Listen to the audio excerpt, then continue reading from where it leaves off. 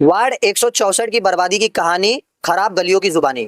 ये उम्मीदवार है 164 के, उनका भी पैम्पलेट यहाँ पर फटा पड़ा हुआ है। यानी सोचिए कि जमीन पर घड़ी पड़ी हुई है और ये घड़ी सबका वक्त बदलने के लिए पड़ी हुई है।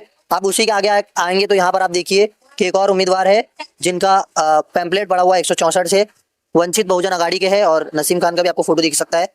यानी चुनाव का पैम्पलेट इस खराब गलियों तक पहुंच गया, मगर एक कैंडिडेट इस गलियों तक नहीं पहुंचा।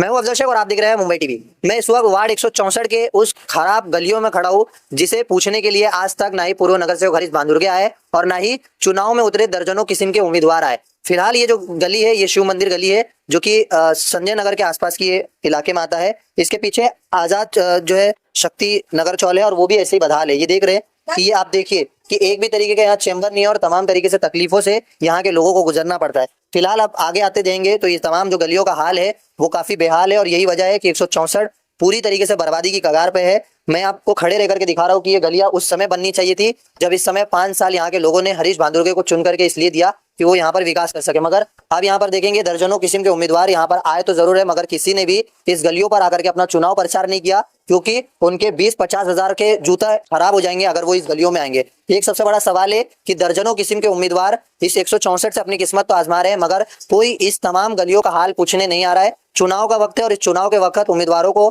घर घर जाकर के जो अभियान है वो चलाना चाहिए, डोर टू डोर कैंपेन चलाना चाहिए, मगर वो इसलिए नहीं आएंगे कि उनकी जूते यहाँ से खराब हो जाएंगे अगर ये गलियों पे वो चलेंगे। आप ये देखिए कि जहां तक आपकी नजर पड़ेगी सिर्फ बदनाम गलियां, खराब सड़कें और ये गटर से लेस पूरा इलाका है। शौचालय भी आप देखेंगे ये बिल्कुल यही कंडीशन में है। और देखिए माननीय नगर सेवक का फोटो भी फटा आपको नजर आएगा। सोचिए इतना ऊपर किसी का हाथ नहीं जाएगा, मगर चूहे भी शायद उन्हें पसंद नहीं करते इसलिए उनका बैनर फाड़ दिया है।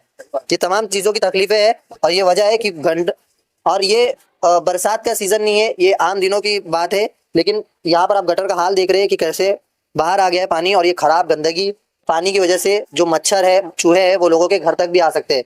जहां तक आपकी नजर पड़ेगी ये खराब आपको स्थिति सिर्फ वार्ड 164 की नजर आएगी।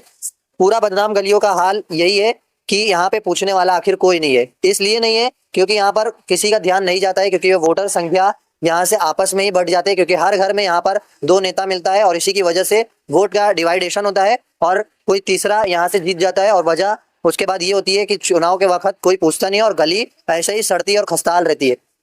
अब ये तमाम चीजें देख रहे हैं।